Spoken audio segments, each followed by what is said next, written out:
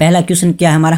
पहला क्वेश्चन है, हाल ही में भारतीय वायुसेना ने अरब सागर में डेजर्ट नाइट अभ्यास किसके सहयोग से शुरू किया है? डेजर्ट नाइट एक्सरसाइज के बारे में पूछा गया। डेजर्ट नाइट अभ्यास के बारे में स्टार्ट किया है। ये क्वेश्चन है कि डेजर्ट नाइट एक्सरसाइज है वो किसके साथ स्टार्ट किया भारत ने? डेजर्ट नाइट एक्सरसाइज भारत ने किसके साथ स्टार्ट किया है, इसके बारे में आपको बताना है। तो फ्रांस ऑप्शन में दिया गया, यूएई दिया गया है। फ्रांस और यूएई दोनों के साथ में ये डेजर्ट नाइट एक्सरसाइज स्टार्ट किया, तो हमारा जो आंसर होगा वो डी होगा। अब इसके बारे में देख लेते हैं डेजर्ट नाइट एक्सरसाइज के बारे में। डेजर्ट नाइट एक्सरसाइज की बात करें तो ये भारत, फ्रांस और यूएई 3 देशों के मध्य होती है। Desert night exercise Bharat, France और यूएई। डेजर्ट नाइट एक्सरसाइज किस किस के बीच होती है? Desert night exercise Bharat, France, UAE के मध्य होती है। Desert night exercise Bharat, France, UAE के मध्य 3 देशों के मध्य होती है। इसमें यूएई है, संयुक्त अरब अमीरात है, वो पहली बार शामिल हुआ है। यूनाइटेड स्टेट अमीरात है, वो पहली बार शामिल हुआ है। तो डेजर्ट नाइट अभ्यास किस किस के बीच में होता है? डेजर्ट नाइट अभ्यास किस किस के बीच में होता है? भारत, फ्रांस, यूएई के बीच में, 3 देश के बीच में होता है। पहले भारत और फ्रांस के बीच में होता था, अभी यूएई पहली बार इसमें शामिल हुआ है।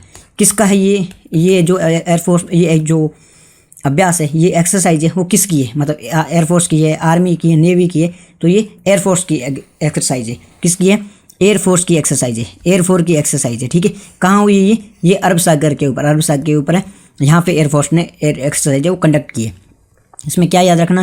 पहली तो डेजर्ट नाइट एक्सरसाइज किस किस के साथ होती है? डेजर्ट नाइट एक्सरसाइज किस किस के बीच में होती है? डेजर्ट नाइट एक्सरसाइज होती है इंडिया, फ्रांस और यूएई। इंडिया, फ्रांस, यूएई के बीच में होती है। कहाँ हुई है? तो अरब सागर के ऊपर हुई है। कहाँ हुई है? अरब सागर के ऊपर हुई है। किसकी एक्सरसाइज है? तो ये एयरफोर्स की एक्सरसाइज है। किसकी एक्सरसाइज है? एयरफोर्स की एक्सरसाइज है।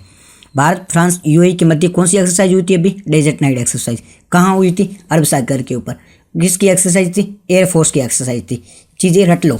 भारत, फ्रांस, यूएई, कौन सी exercise? Desert night exercise.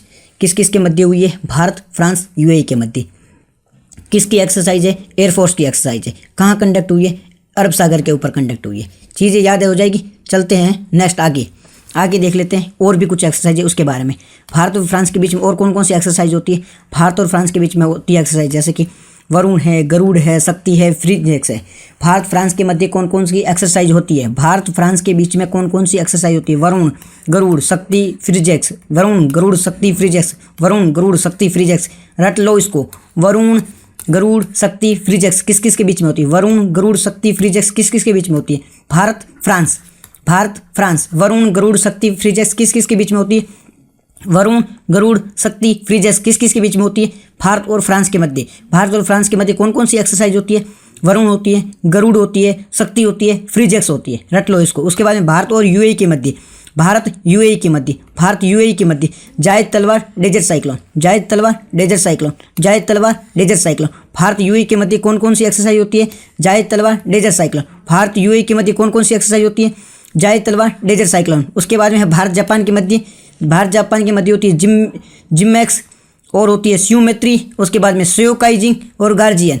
Bharat Japan के मध्य में जिमैक्स, स्यूमेत्री, श्योकाइजिन और गार्जियन। भारत जापान के मध्य में जिमैक्स, स्यूमेत्री, श्योकाइजिन, गार्जियन। पहली भारत फ्रांस के मध्य कौन कौन सी? वरुण, गरुड़, शक्ति, फ्रीजेक्स। दूसरी भारत यूएई में के मध्य जायद तलवार डेजर्ट साइक्लोन। उसके बाद में भारत जापान, जिमैक्स, स्यूमेत्री, श्योकाइजिंग और गार्जियन। ये एक्सरसाइज देख लो। आगे कुछ और एक्सरसाइज दी गई, रट लो इनको। भारत फ्रांस के बीच में वरुण, गरुड़, शक्ति, फ्रीजेक्स। अभी कौन सी हुई है उसको देख लो। अभी कौन सी हुई है? डेजर्ट नाइट अभ्यास किस किस के बीच में हुई? भारत, फ्रांस, यूएई के बीच में। कहाँ हुई है? अरब सागर में। किसके बीच में? एयरफोर्स के। ठीक है, और यूएई के मध्य और कौन सी? जायद तलवार डेजर्ट साइक्लोन। भारत और जापान के बीच में जिमैक्स, स्यूमेत्री, श्योकाइजिंग, गार्जियन। ठीक है, और कुछ एक्सरसाइज दी गई है जैसे नेट पोल रेक्स। पहले तो किस लिए होती है? नेट पोल रेक्स कुछ दिन पहले हमने डिस्कस किया था। पोल का मतलब होता है पोल्यूशन। नेट पोल रेक्स किस किसी में होती है? नेट पोल रेक्स यानी पोल्यूशन के लिए होती है। नेशनल पोल्यूशन के लिए एक्सरसाइज होती है। प्रदूषण रोकने का इसका टारगेट है। कहाँ हुई थी? गुजरात में। नेट पोल रेक्स किसके लिए होती है? प्रदूषण रोकने के लिए। नेट पोल रेक्स किससे संबंधित है? तो ये पोल्यूशन रोकने के लिए। नेट पोल रेक्स पोल्यूशन को रोकने के लिए। उसके बाद में हरिमो शक्ति हमने देखा था कुछ दिन पहले। हरिमो शक्ति मलेशिया के बीच में। भारत मलेशिया है। हरिमो शक्ति भारत मलेशिया। हरिमो शक्ति मलेशिया, हरिमो शक्ति भारत मलेशिया, हरिमो शक्ति भारत मलेशिया। उसके बाद में बोरो सागर, बोरो सागर संप्रति, बोरो सागर संप्रति, बोरो सागर संप्रति भारत बांग्लादेश, बोरो सागर संप्रति भारत बांग्लादेश, बोरो सागर संप्रति भारत बांग्लादेश, बोरो सागर संप्रति, बोरो सागर संप्रति भारत बांग्लादेश, बोरो सागर संप्रति भारत बांग्लादेश। उसके बाद में वज्र प्रहार, उसके बाद में होती है वज्र प्रहार। वज्र प्रहार किसके बीच में होती है? यूएसए इंडिया, वज्र प्रहार यूएसए इंडिया, वज्र प्रहार यूएसए इंडिया, वज्र प्रहार किस किस के बीच में होती है? यूएसए इंडिया के बीच में। कौन कौन सी एक्सरसाइज देखनी है? पहली हमने देखी थी डेजर्ट नाइट, डेजर्ट नाइट किस किस के बीच में? भारत फ्रांस यूएई के बीच में। उसके बाद में हमें देखना है ये डेजर्ट साइक्लोन किसके लिए हुई थी? एयरफोर्स के लिए। कहाँ हुई थी? अरब सागर में। फिर हम देखना है, हमने देखा है भारत और फ्रांस के बीच में वरुण गरुड़ शक्ति फ्रीजेक्स। उसके बाद भारत यूएई जायद तलवार डेजर्ट साइक्लोन। उसके बाद भारत जापान जीमैक्स स्यूमेंत्री स्योकाइजिन गार्जियन, ठीक है। उसके बाद नेट पोलक्स प्रदूषण के लिए गुजरात में होती है, नेट पोलक्स प्रदूषण के लिए गुजरात में। उसके बाद में हरिमो शक्ति इंडिया मलेशिया के बीच में, बोडो सागर संप्रति भारत बांग्लादेश के बीच में, वज्र प्रहार यूएसए इंडिया के बीच में, वज्र प्रहार वापिस रटो, वज्र प्रहार यूएसए इंडिया के बीच में, ठीक है। वज्र प्रहार देख लिया आपने। उसके बाद में हमारा आ गया दूसरा क्वेश्चन। दूसरा क्वेश्चन क्या कह रहा है? पहले हमने एक्सरसाइज सारी देख ली, एक्सरसाइज को वापस रिपीट करो, 2-3 बार और रिपीट करो, तब तक हम क्वेश्चन करते हैं दूसरा सॉल्व। आप एक्सरसाइज को रिपीट करो तो हम क्वेश्चन दूसरा देखते हैं। एक्सरसाइज को देखते रहो, ठीक है, एक्सरसाइज को देखते रहो। क्वेश्चन दूसरा देख रहे हैं। दूसरा क्वेश्चन क्या है? हाल ही में किस देश की सेवा ने उन्नत घरेलू ड्रोन अब्बा बिल 4, अब्बा बिल 5, अरास और बावर ये करार इसको शामिल किया है? किस देश ने ये 5 ड्रोन है ना उसको अपनी सेना में शामिल किया है? कौन सा देश है जिसने 5 ड्रोन, कौन कौन से 5 ड्रोन है? अब्बा बिल 4, अब्बा बिल 5, अरास, बावर, करार। ये देखो नाम, देखो इसके नाम देख के आपको ये इतना समझ में आ जाएगा। अब्बा बिल 4 है, अब्बा बिल 5 है, बावर है, करार है। ये नाम देख के कहाँ है? ये नाम देख के इतना तो समझ में आता है। ये जो भी होंगे ना वो ये देश होंगे, जैसे इजराइल है, इराक है, सऊदी अरेबिया है, इन देशों की होंगे। तो पाकिस्तान है, बांग्लादेश है। तो अब इसको देख के लग रहा है कि पाकिस्तान की तो औकात है नहीं, बांग्लादेश कर नहीं रहा है, तो इराक है, सऊदी अरेबिया है, ईरान है, इनका होगा। तो ये ईरान का काम है। तो अभी ईरान ने 5 ड्रोन है वो अपनी सेना में शामिल किए। कौन कौन से 5 ड्रोन ईरान ने अपनी सेना में शामिल किए? अब्बा बिल 4 है, अब्बा बिल 5 है, अरास है, फिर बावर है, वो करार है। इस 5 ड्रोन को अपनी सेना में शामिल किसने किया है? ईरान ने। 5 ड्रोन को किसने सेना में शामिल किया है? ईरान ने। ईरान ने अभी अपनी सेना में 5 ड्रोन शामिल किए। कौन कौन से? अब्बा बिल 4, अब्बा बिल 5, अरास, बावर, करार। अब्बा बिल 4, अब्बा बिल 5, अरास, बावर, करार। सबसे पहले इस क्वेश्चन है ये चीज़ें है क्या? तो ये ड्रोन है। किसने शामिल की? ईरान ने। कहाँ शामिल की? अपनी सेना में। क्यों शामिल की? सेना का स्ट्रेंथन करने के लिए। चीज़ें समझ में आ गई। अब ईरान की बात करते हैं। ईरान ने अभी 5 यूएवी क्या होता है? यूएवी ये सबसे पहले क्या होता है? यू का मतलब होता है अनमैन्ड, ए का मतलब है एरियल, वी का मतलब होता है विमान। तो ये अनमैन्ड एरियल विमान होता है, अनमैन्ड एरियल विमान होता है। मतलब इसमें मानव नहीं होता है। ऐसे ड्रोन है इनमें मानव नहीं है, बिना मानव के उड़ने वाले ड्रोन है, बिना मानव के उड़ने वाले ड्रोन है। तो ये ड्रोन कैसे हैं? 5 अनमैन्ड व्हीकल है वो ईरान ने बनाई है। 5 ड्रोन बनाए हैं ईरान ने, जो कि ईरान ने अपनी सेना में शामिल किए हैं। तो ड्रोन का एम क्या है? क्यों बनाई? ये निगरानी के लिए बनाए गए हैं। ये निगरानी के लिए बनाए, उनकी सेना की निगरानी करने के लिए 5 ड्रोन बनाए ईरान ने। कौन कौन से 5 ड्रोन बनाए? ईरान ने अभी 5 यूएवी ड्रोन बनाए हैं जो अपनी सेना में शामिल किए हैं। इसका एम है निगरानी करना, ठीक है। इसमें जो 5 ड्रोन है उसमें अब्बा बिल 4 और अब्बा बिल 5 है, ये निगरानी करेंगे। अब्बा बिल 4 और अब्बा बिल 5 क्या करेंगे? निगरानी करेंगे। फिर अरास और बावर है, ये क्या है? ये आत्मघाती है, लड़ने के लिए। अब्बा बिल 4 अब्बा बिल 5 निगरानी के लिए। अरास और बावर आत्मघाती है, लड़ने के लिए। फिर करार है, ये ऊंचाई पर उड़ने के लिए। करार है वो ऊंचाई पर उड़ने के लिए। तो ईरान ने 5 ड्रोन जो कि अनमैन्ड एरियल व्हीकल है, मानव रहित ड्रोन है जो कि उड़ेंगी और उसमें से अब्बा बिल 4 और अब्बा बिल 5 है वो निगरानी करेंगे। अब्बा जी है, अब्बा मतलब होते पिताजी, पिताजी होते हैं वो क्या? निगरानी करने के लिए। तो अब्बा यानी पिताजी है निगरानी के लिए। तो अब्बा बिल 4 और अब्बा बिल 5 निगरानी के लिए। उसके बाद अरास और बाबर, अरास और बाबर, बाबर को याद करो, ये लड़ने के लिए। बाबर को याद करो तो बाबर लड़ने के लिए। फिर करार कर लिया, किसी से करार कर लिया, ठीक है, किसी से करार कर लिया मतलब आप ऊंचाई पे जाओगे। अगर किसी ने, भारत ने अमेरिका से किया करार, अब भारत जाएगा ऊंचाई पर, तो करार करा मतलब ऊंचाई पर जाना, करार ऊंचाई पर जाना। बाबर और अरास ये आत्मघाती है और अब्बा बिल है वो निगरानी कर रखने के लिए। अब चलते हैं आगे, ठीक है। अब ईरान के बारे में बात करें। ईरान की कैपिटल कहाँ है? तेहरान में। ईरान है, इसकी कैपिटल कहाँ है? तेहरान में। ईरान में इंपॉर्टेंट सिटी कौन सी है? रामसर सिटी है, ईरान की इंपॉर्टेंट सिटी है, रामसर साइट है।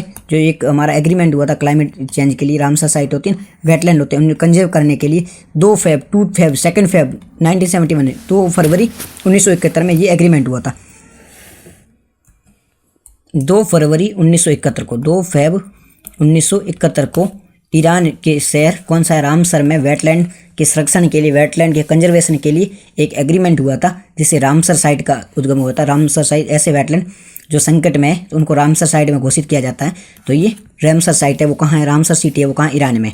ये चीज़ समझ में आ गई। अब ईरान के बारे में देख लिया। अब शंघाई कोऑपरेशन ऑर्गेनाइजेशन, इसकी जो बैठक है वो कहाँ हुई थी? 2023 में इसकी बैठक कहाँ हुई थी? तो शंघाई ऑर्गेनाइजेशन एससीओ का 2023 में कहाँ हुआ था बैठक? एससीओ की 2023 में बैठक कहाँ हुई थी? एससीओ की 2023 में बैठक कहाँ हुई थी? क्वेश्चन है, एससीओ का 2023 में जो सम्मेलन है, एससीओ का 2023 में सम्मेलन कहाँ आयोजित हुआ था? कहाँ हुआ था? भारत में। एससीओ का 2023 में होस्ट किसने किया था? एससीओ का हर साल सम्मेलन होता है, तो एससीओ का 2023 में जो सम्मेलन हुआ था, सबसे पहला क्वेश्चन है उसे होस्ट किसने किया था? तो सबसे पहला उसका क्वेश्चन का जवाब है भारत ने किया था। एससीओ का 2023 में जो सम्मेलन हुआ था उसमें होस्ट किसने किया था? होस्ट किया था भारत ने। होस्ट किसने किया था? भारत ने किया था। सम्मेलन कहाँ हुआ था? भारत में हुआ था, और होस्ट किसने किया था? भारत ने किया था। अब एससीओ का हेडक्वार्टर कहाँ है? एससीओ शंघाई कोऑपरेशन ऑर्गेनाइजेशन, इसका हेडक्वार्टर कहाँ है? इसका हेडक्वार्टर बीजिंग चाइना में। हेडक्वार्टर कहाँ है? शंघाई सोच के आप कंफ्यूज मत होना कि शंघाई में होगा, नहीं, शंघाई पे है, इसका नाम शंघाई है, बट जिसका हेडक्वार्टर है बीजिंग में, बीजिंग चाइना में। हेडक्वार्टर कहाँ है? बीजिंग चाइना में। शंघाई सोच के ऐसे कंफ्यूज मत हो जाना कि इसका हेडक्वार्टर शंघाई में होगा, नहीं, इसका हेडक्वार्टर बीजिंग चाइना में। शंघाई कॉर्पोरेशन ऑर्गेनाइजेशन 2023 में इसका भारत ने होस्ट किया था। हेडक्वार्टर बीजिंग चीन में। नया मेंबर कौन सा बना? ईरान। नया मेंबर कौन सा बना? एससीओ का। एससीओ का नया मेंबर कौन सा है? नया मेंबर बना है ईरान। एससीओ का नया मेंबर कौन सा बना है? ईरान बना है, ठीक है। अब ब्रिक्स का 2024 का कहाँ हुआ था? ब्रिक्स 2024 कहाँ है? रूस ने होस्ट किया। ब्रिक्स 2024 को रूस ने होस्ट किया था। ब्रिक्स 2024 को रूस ने होस्ट किया था। एससीओ को किसने किया? भारत ने। एससीओ को किसने किया? भारत ने। हेडक्वार्टर कहाँ है? बीजिंग चीन में। और ब्रिक्स को किसने किया? 2024 में ब्रिक्स को रूस ने किया। इसमें 5 नए देश जुड़े। कौन कौन से ब्रिक्स में नए 5 देश जुड़े हैं? ब्रिक्स में नए 5 देश कौन से जुड़े हुए हैं? Ethiopia, Iran, UAE, Saudi Arabia, मिस्र। ब्रिक्स में 5 नए देश कौन कौन से जुड़े हैं? इथियोपिया, ईरान, सऊदी अरब, यूएई, मिस्र। ब्रिक्स में 5 नए देश कौन कौन से जुड़े? इथियोपिया, ईरान, सऊदी अरब, यूएई, मिस्र।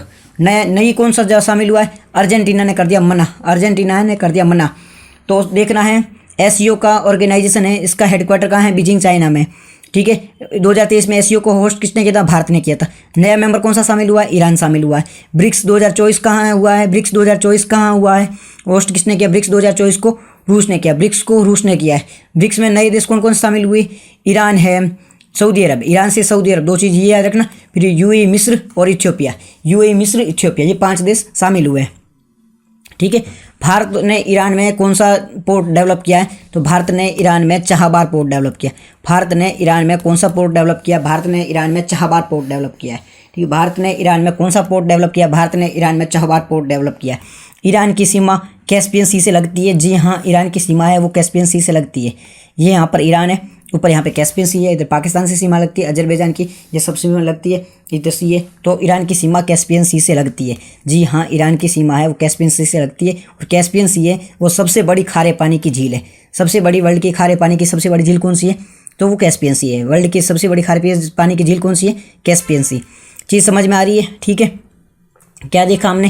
पहले देखा हमने ईरान ने 5 ड्रोन रिलीज किए, 5 ड्रोन लॉन्च किए। कौन कौन से ड्रोन है? अबाबिल 4 है, अबाबिल 5 है जो निगरानी का काम करेंगे। फिर अर्रास है, बारबर है जो आत्मघाती है। फिर कर्रार है जो कि ऊंचाई पर चढ़ने का काम करती है। ये 5 ड्रोन है ईरान की, जो भी ईरान ने लॉन्च की है। ये मानव रहित ड्रोन है। उसके बाद ईरान की कैपिटल देखिए कहाँ है? तेहरान में। ईरान की इंपॉर्टेंट सिटी रामसर है, जहाँ पे वेटलैंड के संरक्षण के लिए सम्मेलन हुआ था 1971 में। ये देखा था। उसके बाद में अलग अलग संस्थाएं थी, उनका बैठक कहाँ, उसके बारे में देखा। तो एससीओ की ऑर्गेनाइजेशन है ना, उसका होस्ट किसने किया था? भारत ने किया था 2023 में। एससीओ का हेडक्वार्टर कहाँ है? बीजिंग चाइना में। एससीओ का नया मेंबर कौन सा? ईरान है। उसके बाद ब्रिक्स को होस्ट 2024 में किसने किया है? तो रूस ने किया। ब्रिक्स के 5 नए member Ethiopia, Iran, Saudi Arabia और मिस्र और यूएई, ये 5 नए मेंबर है ब्रिक्स के। अर्जेंटीना ने मना कर दिया, अर्जेंटीना शामिल हुआ नहीं, बिकॉज अर्जेंटीना बोल दिया मेरे को शामिल नहीं होना है। ठीक है, नेक्स्ट है भारत ने ईरान में कौन सा पोर्ट डेवलप किया? चाहबार पोर्ट। यहाँ पे ईरान है तो यहाँ पे चाहबार पोर्ट भारत ने डेवलप किया है। और चाइना ने पाकिस्तान में गोदावरी पोर्ट डेवलप किया है। चाइना ने गोदावरी पोर्ट और भारत ने ये चाहबार पोर्ट ईरान में डेवलप किया है। ठीक है, ईरान की सीमा कैस्पियन सी से लगती है। हाँ, कैस्पियन सी है, सबसे बड़ी खारे पानी की झील है। हाँ, खारे पानी की सबसे बड़ी झील है। नेक्स्ट क्वेश्चन आ गया हमारा तीसरा क्वेश्चन क्या कहता है? तीसरा क्वेश्चन कहता है वर्ष 2024 में सर्वश्रेष्ठ डॉक्यूमेंट्री फीचर फिल्म का अवार्ड किसे मिला है? सर्वश्रेष्ठ डॉक्यूमेंट्री फीचर फिल्म, सर्वश्रेष्ठ डॉक्यूमेंट्री फीचर फिल्म का अवार्ड किस भारतीय फिल्म को नॉमिनेट किया गया है? तो ऑस्कर में अभी भारत की सर्वश्रेष्ठ डॉक्यूमेंट्री फिल्म के लिए नॉमिनेट किया गया है। किस फिल्म को किया गया? टू द टाइगर को किया गया, टू किल द टाइगर को किया गया है। अभी ऑस्कर 2024 में, ऑस्कर 2024 के लिए, जो कि ऑस्कर को एकेडमिक अवार्ड भी कहा जाता है, ऑस्कर को एकेडमिक अवार्ड भी कहा जाता है, तो कि 2024 में ऑस्कर के लिए, ऑस्कर अवार्ड कहाँ दिए जाते हैं?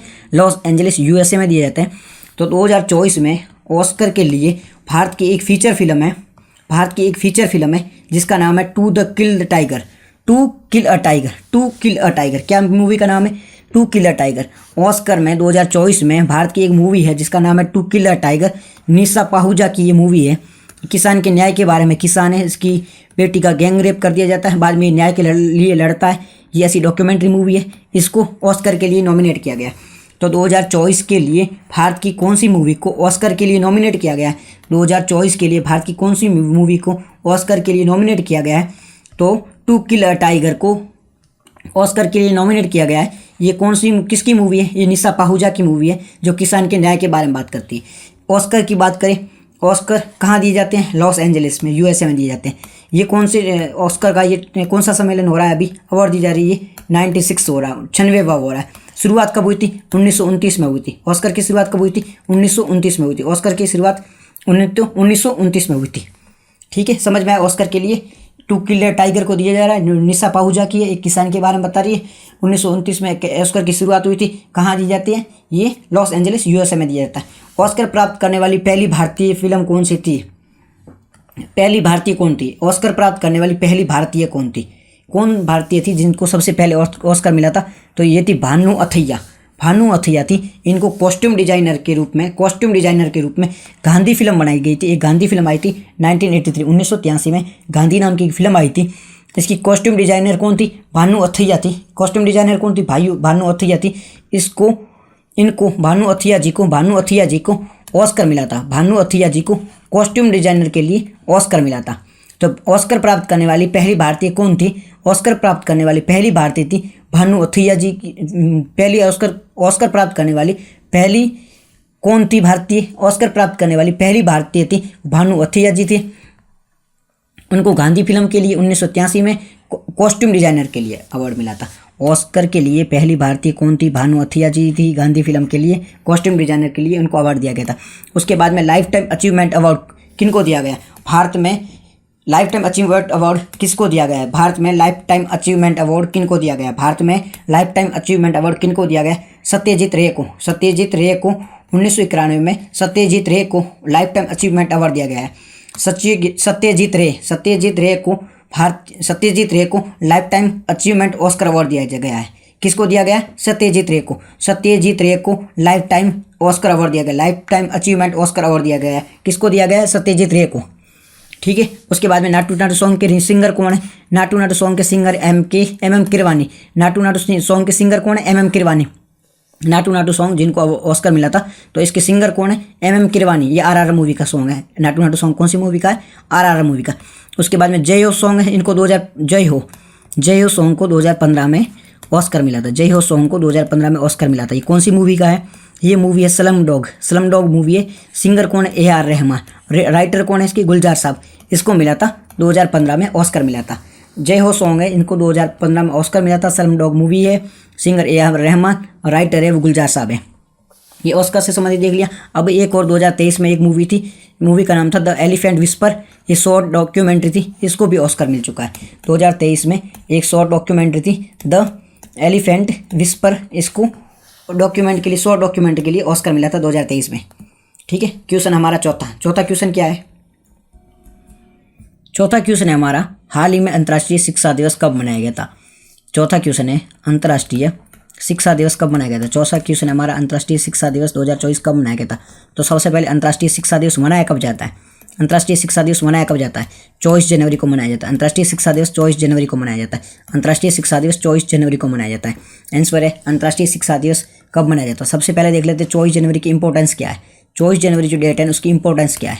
24 जनवरी को किसके रूप में सेलिब्रेट किया जाता है? तो 24 जनवरी के दिन सबसे पहले अंतर्राष्ट्रीय शिक्षा दिवस मनाया जाता है। 24 जनवरी के दिन अंतर्राष्ट्रीय शिक्षा दिवस मनाया जाता है। 24 जनवरी के दिन अंतर्राष्ट्रीय शिक्षा दिवस मनाया जाता है। इसके अलावा 24 जनवरी के दिन राष्ट्रीय बालिका दिवस भी मनाया जाता है। 24 जनवरी अंतर्राष्ट्रीय शिक्षा दिवस, 24 जनवरी अंतर्राष्ट्रीय शिक्षा दिवस, 24 जनवरी अंतर्राष्ट्रीय शिक्षा दिवस, 24 जनवरी राष्ट्रीय बालिका दिवस, 24 जनवरी राष्ट्रीय बालिका दिवस। 24 जनवरी का इंपॉर्टेंस क्या है? एक अंतर्राष्ट्रीय शिक्षा दिवस मनाया जाता है, उसके बाद में राष्ट्रीय बालिका दिवस। रट लो, 24 जनवरी के दिन अंतर्राष्ट्रीय शिक्षा दिवस मनाया जाता है, उसके बाद में 24 जनवरी के दिन राष्ट्रीय बालिका दिवस, अंतर्राष्ट्रीय शिक्षा दिवस, राष्ट्रीय बालिका दिवस, अंतर्राष्ट्रीय शिक्षा दिवस, अंतर्राष्ट्रीय शिक्षा दिवस, अंतर्राष्ट्रीय शिक्षा दिवस, राष्ट्रीय बालिका दिवस, अंतर्राष्ट्रीय शिक्षा दिवस, राष्ट्रीय बालिका दिवस कब मनाए जाते हैं? 24 जनवरी को मनाया जाता है। अब अंतर्राष्ट्रीय बालिका दिवस, अंतर्राष्ट्रीय शिक्षा दिवस की बात करें, अंतर्राष्ट्रीय शिक्षा दिवस की बात करें तो ये 2015 में पहली बार स्टार्ट किया गया, 2019 में पहली बार स्टार्ट किया गया था। अंतर्राष्ट्रीय शिक्षा दिवस 2019 में, अंतर्राष्ट्रीय शिक्षा दिवस 2019 में पहली बार स्टार्ट किया गया था। अंतर्राष्ट्रीय शिक्षा दिवस कब स्टार्ट किया गया? अंतर्राष्ट्रीय शिक्षा दिवस 2019 में पहली बार स्टार्ट किया गया था। और अभी कौन सा? छठा है। अभी कौन सा सेलिब्रेट किया गया? छठा। अंतर्राष्ट्रीय शिक्षा दिवस पहली बार कब किया गया था? 2019 में। अभी कौन सा सेलिब्रेट किया जा रहा है? अभी छठा सेलिब्रेट किया जा रहा है। थीम क्या है? स्थायी शांति के लिए शिक्षण, स्थायी शांति के लिए सीखना, स्थायी शांति के लिए सीखना। अंतर्राष्ट्रीय शिक्षा दिवस कब मनाया जाता है? 24 जनवरी को। पहली बार 2019 में स्टार्ट, पहली बार 2019 में स्टार्ट। अभी कौन सा? छठा मनाया जा रहा है। थीम क्या है? स्थायी शांति के लिए सीखना। थीम क्या है? स्थायी शांति के लिए सीखना। ठीक है। राष्ट्रीय बालिका दिवस ये भी 24 जनवरी, राष्ट्रीय बालिका दिवस 24 जनवरी, राष्ट्रीय बालिका दिवस 24 जनवरी। उसके बाद 25 जनवरी को राष्ट्रीय वोटर दिवस, 25 जनवरी राष्ट्रीय वोटर दिवस, 25 जनवरी को राष्ट्रीय वोटर दिवस क्यों मनाया जाता है?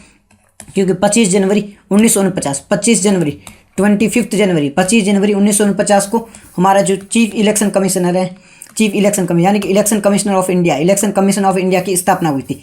25 जनवरी 1950 को, 25 जनवरी 1950 को, 25 जनवरी 1950 को इलेक्शन कमीशन ऑफ इंडिया की स्थापना हुई थी। इसलिए 25 जनवरी को राष्ट्रीय वोटर दिवस के रूप में भी सेलिब्रेट किया जाता है। 24 जनवरी अंतर्राष्ट्रीय शिक्षा दिवस और 24 जनवरी राष्ट्रीय बालिका दिवस भी सेलिब्रेट किए जाते हैं। ठीक है। अब राष्ट्रीय बालिका दिवस 24 जनवरी को 2008 में स्टार्ट किया गया था। राष्ट्रीय बालिका दिवस को कब स्टार्ट किया गया था? राष्ट्रीय बालिका दिवस को 2008 में स्टार्ट किया। राष्ट्रीय बालिका दिवस को 2008 में स्टार्ट किया गया था। किसने स्टार्ट किया था? महिला एवं बाल विकास मंत्रालय, महिला एवं बाल विकास मंत्रालय, महिला एवं बाल विकास मंत्रालय ने इसे स्टार्ट किया था। महिला एवं बाल विकास मंत्रालय ने इसकी घोषणा की थी। महिला एवं बाल विकास मंत्रालय ने इसकी घोषणा की थी। कब की थी? 2008 में। महिला एवं बाल विकास मंत्रालय ने इसकी घोषणा की थी। कब की थी? 2008 में। महिला एवं बाल विकास मंत्रालय ने इसकी घोषणा की थी 2008 में। और 2008 से राष्ट्रीय बालिका दिवस है, राष्ट्रीय बालिका दिवस है 24 जनवरी को सेलिब्रेट किया जाता है। और 24 जनवरी के दिन ही इंदिरा गांधी जी है वो पीएम बनी थी। पहली लेडीज है वो पीएम बने थे। उसके बाद 10 जनवरी को विश्व हिंदी दिवस, 10 जनवरी विश्व हिंदी दिवस, 10 जनवरी वर्ल्ड हिंदी डे, 10 जनवरी वर्ल्ड हिंदी डे। और राष्ट्रीय हिंदी दिवस कब मनाया जाता है? 14 सितंबर को। 10 जनवरी विश्व हिंदी दिवस, 10 जनवरी विश्व हिंदी दिवस, 14 सितंबर राष्ट्रीय हिंदी दिवस, 10 जनवरी विश्व हिंदी दिवस, 10 जनवरी विश्व हिंदी दिवस और 14 सितंबर राष्ट्रीय हिंदी दिवस। 23 जनवरी पराक्रम दिवस, 23 जनवरी पराक्रम दिवस, 23 जनवरी पराक्रम किसके? बोस जी के, सुभाष चंद्र बोस। ठीक है। पराक्रम दिवस सुभाष चंद्र बोस, सुभाष चंद्र बोस का जन्म है ना वो 23 जनवरी को हुआ था, तो इनकी याद में 23 जनवरी को पराक्रम दिवस मनाया जाता है। और कब मनाया जाता है? 23 जनवरी को सुभाष चंद्र बोस की याद में। 18 अप्रैल विश्व धरोहर दिवस, 18 अप्रैल वर्ल्ड हेरिटेज दिवस, 18 अप्रैल वर्ल्ड हेरिटेज डे, 18 अप्रैल विश्व धरोहर दिवस, 18 अप्रैल विश्व धरोहर दिवस, 18 अप्रैल विश्व धरोहर दिवस।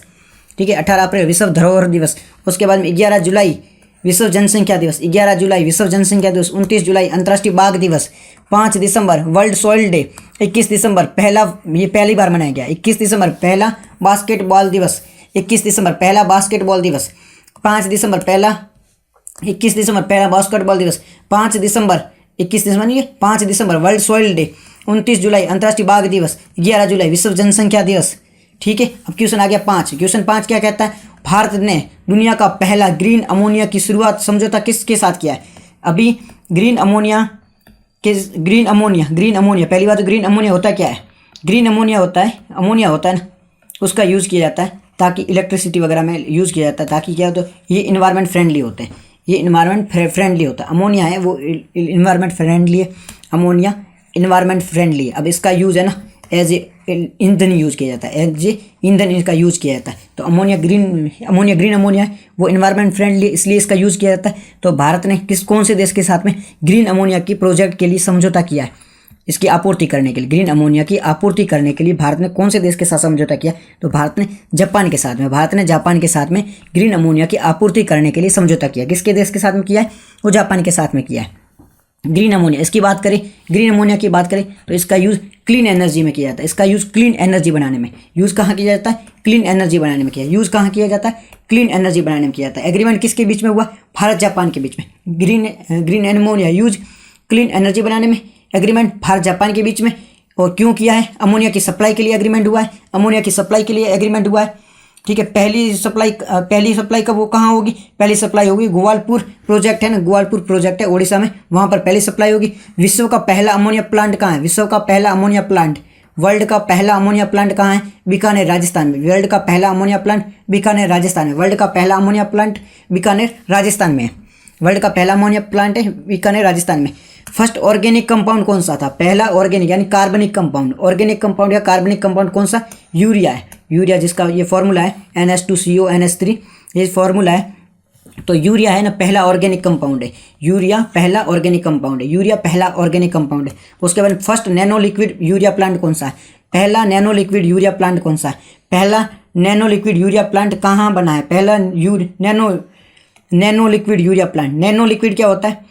यूरिया होता है ना, उसे लिक्विड फॉर्म में बनाया जाता है, यूरिया को लिक्विड फॉर्म में बनाया जाता है, जिसका यूज़ अगर पेड़ पौधों में करते हो तो ग्रोथ अच्छी होती है। तो नैनो लिक्विड यूरिया प्लांट है, उसका पहला प्लांट कहाँ बना है? ये कलोल गुजरात में बना है।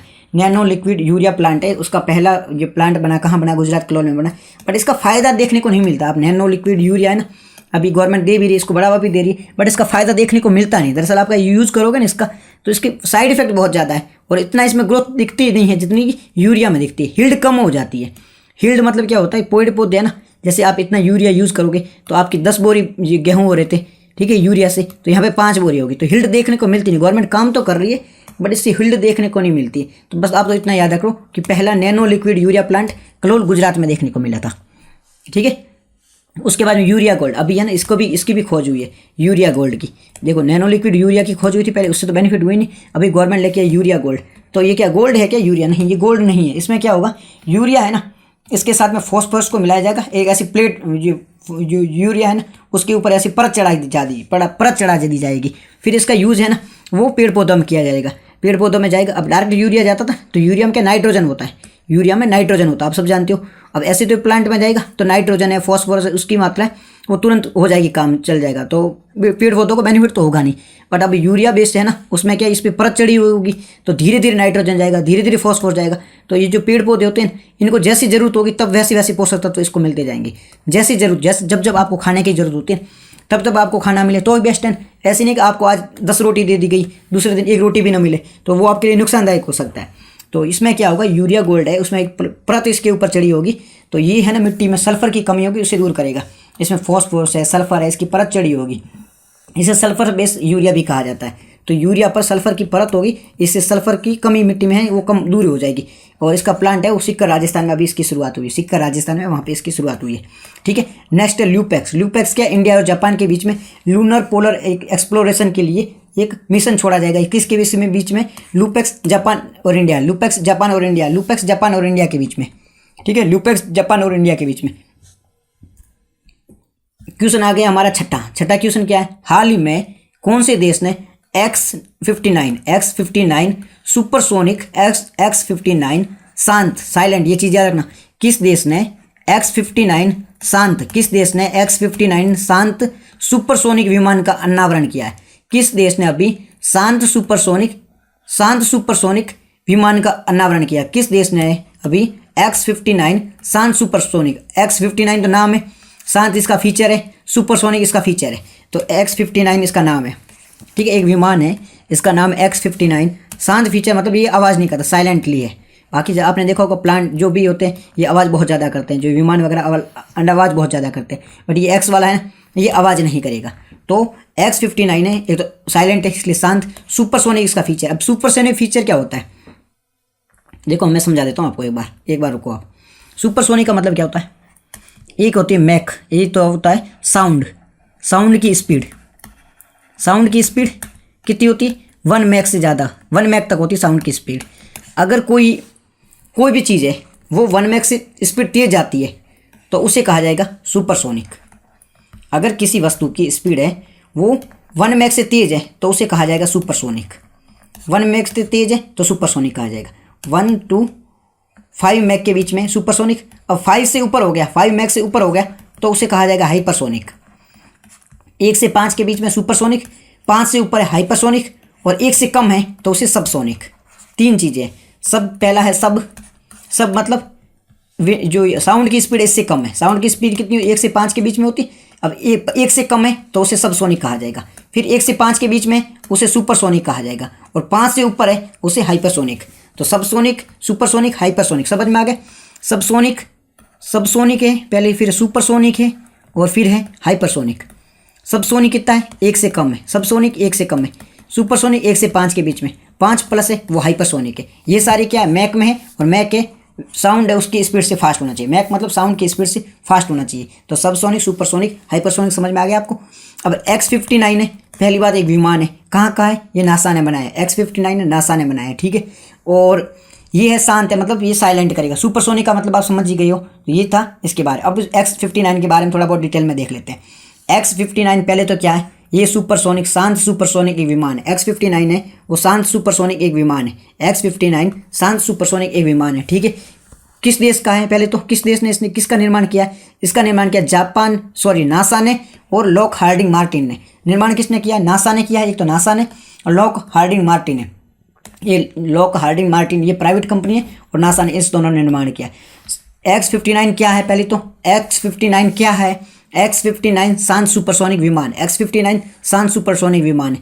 काम क्या करता है, ये जासूसी का काम करता है। शांत है मतलब शांति से काम करेगा, तो जासूसी का काम करता है। X-59 सुपरसोनिक क्या है, ये एक शांत सुपरसोनिक विमान है। X-59 शांत सुपरसोनिक विमान है। काम क्या करता है, जासूसी का काम करता है। निर्माण किसने किया, निर्माण किया नासा ने, और लॉक हार्डिंग एक प्राइवेट कंपनी उसने किया है निर्माण। नासा ने और लॉक हार्डिंग एक प्राइवेट कंपनी उसने निर्माण किया। NASA, Lockheed private company ने। मिशन क्या, कौन से मिशन के तहत किया गया इसका निर्माण, एक मिशन है क्वेस्ट मिशन है एक USA का, उसके तहत इसका निर्माण किया गया। क्वेस्ट मिशन है उसके तहत इसका निर्माण किया गया। सुपरसोनिक देख लिया हमने, हाइपरसोनिक, सुपरसोनिक, ये 1 से 5 मैक के बीच में सुपरसोनिक, मैक के बीच में सुपरसोनिक, और 1 से कम है तो सबसोनिक, और 5 से ऊपर है तो हाइपरसोनिक। इसके बारे में हम देख चुके हैं ऑलरेडी, ठीक है। ब्रह्मोस मिसाइल है हमारी, जो ब्रह्मोस मिसाइल है वो इंडिया और रूस ने डेवलप की। ब्रह्मोस मिसाइल इंडिया और रूस ने डेवलप की। ब्रह्मोस है वो सुपरसोनिक। भारत में कोई हाइपरसोनिक एक भी मिसाइल नहीं है, भारत में अभी तक सुपरसोनिक ही बनी है, इससे ऊपर की स्पीड की नहीं बनी। तो ब्रह्मोस है वो सुपरसोनिक है, यानी ब्रह्मोस की स्पीड है वो 2.5 है। ब्रह्मोस की स्पीड 2.5 है। ब्रह्मोस की इतनी की स्पीड कितनी है, 2.5 मैक है। ये क्रूज मिसाइल है, ब्रह्मोस है वो क्रूज मिसाइल है। सुपरसोनिक है, क्रूज मिसाइल है। अब इसको फायर करके भूल जाओ, यानी पाकिस्तान पे मारी, पाकिस्तान खत्म हो गया, और भूल जाओ, फायर करो और भूल जाओ, एक बार काम पे लगाओ फिर भूल जाओ, तो अपने आप काम कर देगी। तो ब्रह्मोस भारत ने और रूस ने डेवलप की। किसने डेवलप की, भारत और रूस ने डेवलप किए। ब्रह्मोस किसने डेवलप की, भारत और रूस ने डेवलप किए। स्पीड सुपरसोनिक है 2.5 है। फायर करो भूल जाओ, क्रूज मिसाइल है। ये ब्रह्मोस के बारे में हमने देख लिया। उसके बाद में समर की बात करते हैं। समर क्या है, समर है, समर की बात कर रहे हैं हम। समर गर्मी की बात कर, समर का मतलब तो गर्मी है, मतलब डिफेंस के लिए है। गर्मी है मतलब एक मिसाइल जैसा कुछ होगा। गर्मी किससे होती है, मिसाइल वगैरह से होती है। तो समर एक मिसाइल है, ठीक है। समर एक मिसाइल है। किस प्रकार की मिसाइल है, ये सरफेस टू एयर मिसाइल है। ये पूरा एयर डिफेंस सिस्टम है। समर क्या है, समर एयर डिफेंस सिस्टम है। समर हमारा एयर डिफेंस सिस्टम है। समर हमारा क्या है, समर हमारा एयर डिफेंस सिस्टम है। समर भारत का एयर डिफेंस सिस्टम है। क्या काम करता है समर एयर डिफेंस सिस्टम है। ये इसमें एक मिसाइल, 2 मिसाइल लगी होती है। इसमें 2 मिसाइल है। कौन सी मिसाइल, 2 आकाश मिसाइल है। इसमें 2 आकाश मिसाइल लगी होती है, जो कि सरफेस टू एयर, आकाश ऊपर होता है, आकाश नीचे से देखोगे तो सतह से हवा में वार करने वाली 2 मिसाइल होती है। समर क्या चीज़ है, समर पहले तो एयर डिफेंस सिस्टम है। समर भारत का एयर डिफेंस सिस्टम है। समर क्या है? समर भारत का एयर डिफेंस सिस्टम है। एयर डिफेंस सिस्टम का मतलब क्या होता है? कोई भी मिसाइल एयर से होती आ रही है तो उसे एयर में, हवा में ख़त्म कर दिया जाता है। हवा में आ रही तो उसे हवा में ख़त्म कर दिया जाता है। तो समर भारत का एयर डिफेंस सिस्टम है। पहली बात समझ में आ गई। उसके बाद में इसमें 2 मिसाइल लगी होती है। कौन सी 2 मिसाइल लगी हुई है? इसमें 2 आकाश मिसाइल लगी हुई है। इसमें 2 आकाश मिसाइल लगी हुई है। आकाश मिसाइल किस प्रकार की है? आकाश है सरफेस टू हवा में, सरफेस टू एयर, हवा सतह से हवा में मार करती है। आकाश होता है सतह से हवा में देखते हैं तभी आकाश दिखता है। तो आकाश मिसाइल लगी है, सतह से हवा में जाएगी और वहीं पर मिसाइल को मार देगी। समर क्या है? समर एयर डिफेंस सिस्टम है। इसमें 2 मिसाइल लगी है, आकाश मिसाइल है जो सरफेस टू एयर वार करती है। ठीक है, इसरो के बारे में बात कर लेते हैं। इसरो बहुत ही प्राउड की बात है, बहुत अच्छा काम कर रहा है इसरो। स्थापना कब हुई थी? 15 अगस्त 1969 को। 15 अगस्त 1969 को स्थापना हुई थी। 15 अगस्त 1969 को।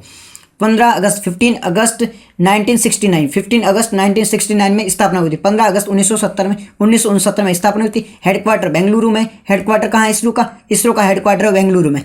हेड कौन है अभी? इसके हेड है, इसरो का हेड है एस सोमनाथ। हेड कौन है? एस सोमनाथ। इनकी अभी आत्मकथा भी आई थी, शेर कभी जिसने चांदनी नहीं देखी, इस प्रकार की इनकी आत्मकथा भी आई थी। लॉन्च केंद्र कौन सा है? इसरो कहाँ से लॉन्च करता है? इसरो अपने जो भी व्हीकल वगैरह लॉन्च करता है वो कहाँ से करता है? वो सतीश धवन श्रीहरिकोटा से लॉन्च करता है। इसरो कहाँ से लॉन्च करता है? सतीश धवन श्रीहरिकोटा से लॉन्च करता है। ये इसके बारे में हमने देख लिया पूरा समर सिस्टम के बारे में। क्वेश्चन हमारा आ गया 7वां क्वेश्चन क्या है हमारा? हाल ही ने भारत का जो शेयर मार्केट है, इक्विटी मार्केट है, वो विश्व में कौन सा स्थान? भारत ने अभी शेयर मार्केट, पहली बात तो शेयर मार्केट होता है क्या है? शेयर मार्केट क्या होता है? जहाँ शेयर का आदान प्रदान होता है। जहाँ शेयर का आदान प्रदान होता है। शेयर जैसे मेरे को कोई शेयर खरीदने हैं, वो कंपनी से मैं खरीदूंगा तो किस थ्रू खरीदूंगा? स्टॉक मार्केट के थ्रू ही खरीदूंगा। तो स्टॉक मार्केट होता है, उसके थ्रू हम शेयर को खरीद सकते हैं। स्टॉक मार्केट होता है, उसके थ्रू शेयर को खरीद सकते हैं और बेच सकते हैं। ठीक है, तो शेयर मार्केट क्या होता है? इक्विटी मार्केट क्या होता है? शेयर मार्केट होता है जिसके थ्रू शेयर को खरीद बेच सकते हो, उसे शेयर मार्केट कहा जाता है। अभी इस भारत में कितने शेयर मार्केट है? भारत में बहुत ज़्यादा शेयर मार्केट है। 2 शेयर मार्केट है पॉपुलर है, उसके अलावा बहुत ज़्यादा शेयर मार्केट है। तो अभी है ना, अली एक रैंक निकली है कि वर्ल्ड का सबसे बड़ा कौन सा है, ऐसे रैंक निकली है। तो भारत को अभी इसमें 4था स्थान मिला है। शेयर मार्केट में भारत को 4था स्थान मिला है। किसको पछाड़ के स्थान मिला है? तो भारत ने पछाड़ा है हांगकांग को पछाड़ा। भारत ने हांगकांग को पछाड़ के 4था स्थान, पहले भारत का 5 था, अभी हांगकांग को पछाड़ के भारत ने 4था स्थान ले लिया। हांगकांग को पछाड़ के भारत ने 4था स्थान ले लिया है। शेयर मार्केट का भारत में कौन सा स्थान है? तो भारत में 4था स्थान मिला है भारत को भी। ठीक है, अब शेयर मार्केट के बारे में देख लो। पहले तो क्या करते हैं? शेयर का बाय एंड सेल होता है। ठीक है, टॉप 5 को देश कौन कौन से शेयर मार्केट में? तो पहले नंबर पे यूएसए, दूसरे नंबर पे चाइना, तीसरे पे जापान, चौथे पे इंडिया, 5वें पे हांगकांग। 5 देश कौन कौन से? ऑब्वियस से पहले तो आप याद रखना अमेरिका ही होगा। ऐसी चीज़ें हैं, डिफेंस में कौन पावरफुल है, ये किसके पास में ताकत है, शेयर मार्केट में कौन है, तो इसमें पहले नंबर पर यूएसए ही होगा, दूसरे नंबर पे चाइना, तीसरे पे जापान और चौथे पे India. USA, China, Japan, India, चौथे पे, 5वें पे हांगकांग है। ठीक है, भारत का जो शेयर मार्केट है उसकी वैल्यू क्या है? $4.33 ट्रिलियन। $4.33 ट्रिलियन, $4.33 ट्रिलियन है वो भारत के शेयर मार्केट की वैल्यू है। थोड़ा एडिशनल इन्फॉर्मेशन बता दूं, एग्जाम में आए ना आए, इसको देखो काउंट कैसे किया जाता है शेयर मार्केट की, है ना, वैल्यू कैसे काउंट किया जाता है। तो हमारा जो निफ्टी है उसमें 50 कंपनियां लिस्टेड है। वैसे कंपनियां बहुत ज़्यादा है, बट 50 कंपनी की जो वैल्यू से निकाली जाती है। तो निफ्टी में टोटल 1600 कंपनियां हैं और 4000 कंपनियां हैं वो हमारे जो नेशनल बॉम्बे स्टॉक एक्सचेंज है BSE उसमें है, और 1600 कंपनियां हैं वो NSE में। ऐसी सारी जो कंपनियां लिस्टेड हैं उनकी मार्केट कैपिटलाइजेशन निकाली। मार्केट कैप क्या होता है? उनका टर्नओवर कितना है कंपनियों का, वो सब मार्केट कैप में आ जाता है। तो मार्केट कैप निकाला जाता है, फिर फाइनली जो नंबर्स निकलता है उसके आधार पर तय किया जाता है कि शेयर मार्केट की वैल्यू कितनी है। पूरे देश के शेयर मार्केट की वैल्यू निकाली जाती है। तो अलग अलग पहले शेयर मार्केट की वैल्यू, जैसे BSE का शेयर मार्केट की वैल्यू निकाली, फिर NSE की शेयर मार्केट की वैल्यू निकाली, फाइनल जो नंबर मिलता है उसमें तय होता है कि इस देश की शेयर मार्केट की वैल्यू इतनी है। तो ऐसे भारत तो जो चौथे नंबर पे आ गया है। तो ऐसे जो भारत का वैल्यू है वो $4.33 ट्रिलियन है। ठीक है, और फिर अलग अलग शेयर मार्केट नाम होते हैं, जैसे USA में नेस्डॉक शेयर मार्केट है, USA का शेयर मार्केट है वो नेस्डॉक है, और कोरिया उसका शेयर मार्केट है कॉस्टी है। अलग अलग देशों के शेयर मार्केट जैसे हमारा NSE BSE है, वैसे USA में नेस्डॉक है, कोरिया में कास्ती है, इंडिया में NSE है। NSE की स्थापना कब हुई थी? NSE की स्थापना 1992 में हुई थी, 1992 में 1992 में हुई थी NSE की स्थापना, और इसमें 50 कंपनियां वो लिस्टेड है। वैसे तो कंपनी 1600 है, बट इनका जो इंडेक्स निकालना होता है, जैसे आप देखते हो निफ्टी के भाव बढ़े, निफ्टी के भाव गिरे, तो इसमें 50 कंपनी है वो 50 कंपनी को देखा जाता है कि ये क्या परफॉर्म कर रही है। तो 50 कंपनियों के आधार पर निफ्टी इंडेक्स है वो निकाला जाता है। और ये BSE NSE की बात करें, NSE 1992 में स्थापना हुई थी और निफ्टी ये 50 कंपनियों के आधार पर इंडेक्स निकाला जाता है। और BSE में क्या होता है, BSE 1875 में एशिया का सबसे पुराना है। BSE है वो एशिया का सबसे पुराना है, ठीक है। 1875 में BSE की स्थापना हुई थी, एशिया का सबसे पुराना है। और इसमें सेंसेक्स 30, इसमें सेंसेक्स होता है, इसका इंडेक्स क्या नाम है, जैसे कि NSE का जो इंडेक्स है उसे निफ्टी कहा जाता है और BSE का जो इंडेक्स है उसे सेंसेक्स कहा जाता है। तो इसमें 30 कंपनियां हैं, 30 कंपनियों की डेटा को ट्रैक किया जाता है और उसके आधार पर बनाया जाता है कि सेंसेक्स ऊपर जाएगा नीचे जाएगा। तो NSE में कितने हैं, 50 कंपनी है। और BSE में कितने हैं, BSE में 30 कंपनी है। NSE का निफ्टी और BSE का सेंसेक्स है, ठीक है। और BSE सबसे पुराना है, एशिया का सबसे पुराना, 1875 में स्थापना हुई थी BSE की, ठीक है। अब क्वेश्चन आ गया आठवां क्वेश्चन क्या है, टेनिस युगल वर्ग में शीर्ष वरीयता पाने वाले उम्रदराज खिलाड़ी कौन से हैं। अभी जो रोहन जो है ना बोपन्ना, ये काफ़ी उम्रदराज है, 45 वर्ष के हैं, इनको अभी ये अवार्ड मिला है, ठीक है। तो इससे संबंधित है। अभी क्या है, टेनिस ये डबल्स है, खेल है, टेनिस डबल्स खेल है, उसमें वर्ल्ड की पहली रैंकिंग पर कौन आए, रोहन बोपन्ना, ये भारत के हैं, 45 वर्ष के हैं, काफ़ी उम्रदराज है। और ये मैथ्यू एल्डन है ऑस्ट्रेलिया की, इन दोनों को सामूहिक रूप से ये अवार्ड मिला है। कौन सा मिला है, टेनिस डबल का जो टॉप नंबर 1 का है वो अवार्ड मिला है रोहन बोपन्ना को और मैथ्यू एल्डन को मिला है जो ऑस्ट्रेलिया के हैं। और ये जो वर्ल्ड कॉफ़ी सम्मेलन हुआ था बेंगलुरु में, इनके ब्रांड एम्बेसडर भी थी, ये रोहन बोपन्ना है, ये ब्रांड एम्बेसडर भी थे इसके, ठीक है। अब WTA player of the year किसको मिला है, ये ईगा स्टोक को मिला है, ये पोलैंड की ईगा स्टोक, इनको WTA का प्लेयर ऑफ द अवार्ड मिला है। USA में अभी ओपन 2023 ये अवार्ड मिले, USA ओपन 2023 अवार्ड मिले।